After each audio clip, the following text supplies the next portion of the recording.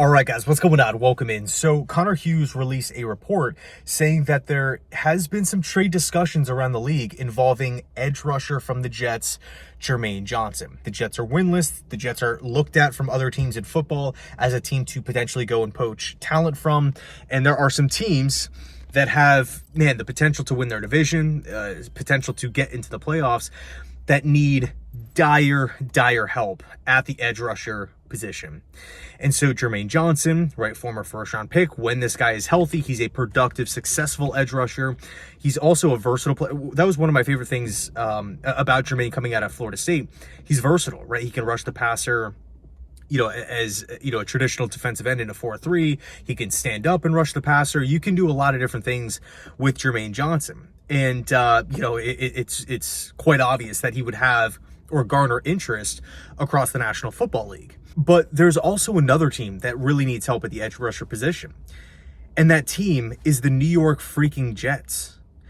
When Jermaine Johnson stepped onto the field against the Denver Broncos, we immediately saw the impact that he had, right? I mean, we were talking about it for weeks, right? There has been a couple positions on this Jets defense that have it's just been awful watching, right? Strong safety, nickel corner. I mean, really the coverage overall, but nickel corner, strong safety, and edge were kind of the big three, right? Brady McGregor getting a lot of snaps, Michael Clemens getting a lot of snaps, Tyler Barron getting a lot of snaps.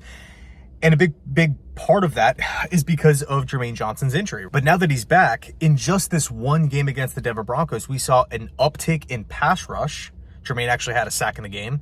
We saw an uptick in run defense, and we also saw a vocal leader out there. I mean, Jermaine doesn't get enough credit, in my opinion, for the leadership skills. The Jets have really lacked that leader. You kind of feel like Quinnen is trying to step up and take on that role. Obviously, he's the best player on this defense. But without CJ Mosley, where is that vocal leader? And Jermaine is kind of, he's kind of that guy. But without him on the field, with him missing due to injury, they kind of feel just lifeless and directionless, in other words. But with Jermaine out there, man, we looked good. And so Jermaine's an interesting case study because you look at, of course, at his contract, first-round pick. He has the fifth-year option, so he's under control for this season, and he's under control for next season. So it's not like the Jets have to figure out, okay, what's the contract immediately? It's not like Breece Hall. Like, if the season runs out and there's no extension and no franchise tag being offered, he's a free agent and he can go out and sign with any other team in football. So a trade for Hall, from just a pure contract perspective, it makes more sense as opposed to Jermaine. Because again, a good player, a young player, a leader, and also at a major position of need. So look, ideally, I don't want to trade Jermaine. I really don't. Especially if the Jets view Jermaine Johnson as a long-term building block. If that's the case, then trade discussions need to just be closed down, right? If Darren Muji and Aaron Glenn, they're actively thinking like, okay, this is someone who we can realistically see being a vocal leader, but a productive player in our defense. You know what? An extension's coming. It's just not happening today. It's not happening this week, next week, but it's coming. Connor Hughes did say that it is going to be extremely tough for another team to acquire Jermaine. It's not like he's on the block or anything. Jermaine is one of those guys in this defense that I just don't really want to let go. And by the way, he also seems to love being a Jet. Like, he wants to turn this thing around, which I think is just, flat out cool. Because it's popular right now to look at the Jets and kind of give them a weird stare and say, yeah, I'm not going there. But Jermaine seems like he's riding with this Jets squad, which, again, is sweet. But, of course, we have some other names to look at, right? Quinnen Williams kind of being the elephant in the room. All the Jets have done since Quinnen was drafted is lose.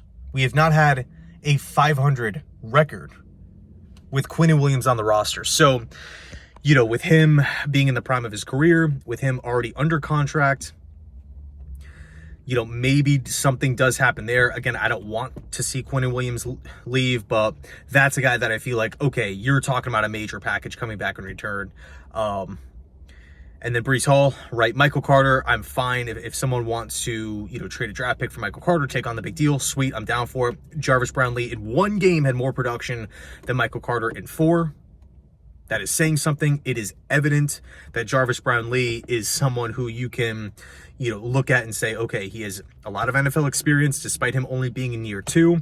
This dude shows up and a couple weeks later is instantly making an impact, instantly providing physicality, instantly helping out tackling.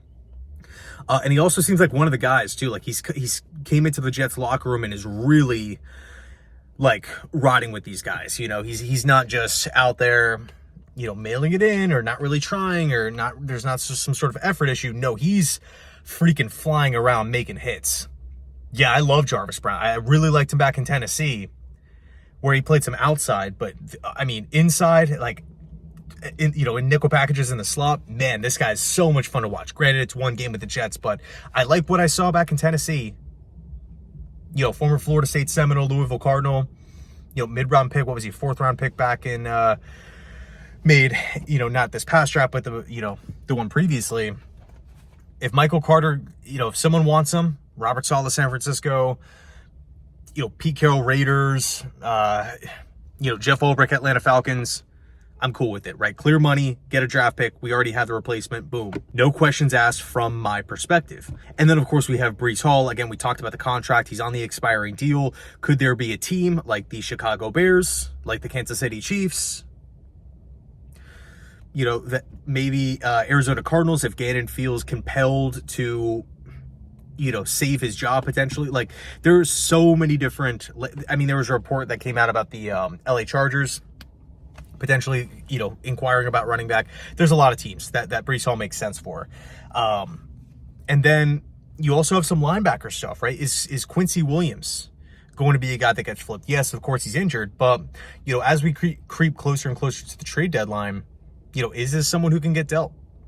The 49ers, Fred Warner just went down. Who's the DC? Robert Saleh. Does that make sense? Maybe. So anyway, let me know your thoughts down below in the comment section. Thanks so much for watching. I appreciate it. And as always, go Jets.